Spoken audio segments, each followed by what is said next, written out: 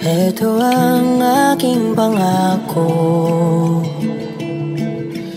pag-ibig na di maglalaho.